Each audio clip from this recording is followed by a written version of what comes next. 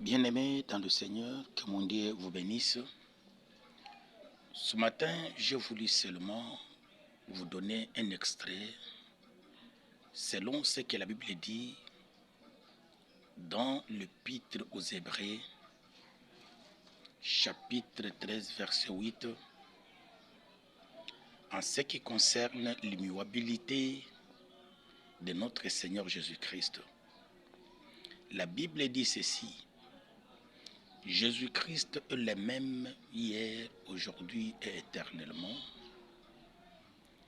Ne vous laissez pas entraîner par des doctrines diverses et étrangères. Bien-aimés, écoutez, on ne peut pas parler de quelque chose qui est éternel, qui ne change pas, si on ne parle pas du Créateur de toutes choses. Et par là, nous confirmons que Jésus est éternel parce qu'il ne change pas. De la même manière où il sauvait dans l'ancien temps, c'est la même manière où il est en train de sauver encore pendant ces temps de la grâce. De la même manière où il guérissait dans l'ancien temps, c'est de cette manière-là qu'il est en train de sauver encore, de guérir encore dans ces temps. De la même manière où il est délivré, c'est toujours cette manière-là qu'il est en train de délivrer encore. Malgré les souffrances que le monde peut nous imposer, laisse-moi vous communiquer une certaine réalité. La terre où nous habitons ne nous aime pas. Cette terre est remplie des épines.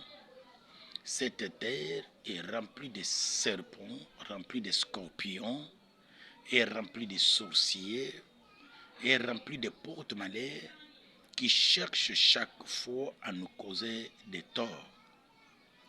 Malgré ce qu'ils peuvent organiser pour nous, malgré les combats qu'ils peuvent engager pour chercher à nous détruire, à nous empêcher à avancer dans beaucoup de domaines, nous ne pouvons pas abandonner la saine doctrine pour se laisser entraîner par des doctrines diverses et étrangères.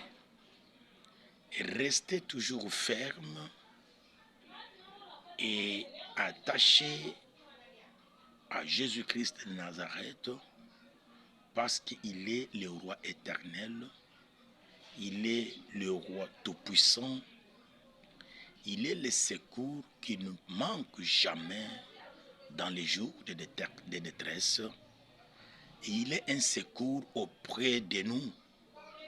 Bien-aimés, que mon Dieu vous bénisse.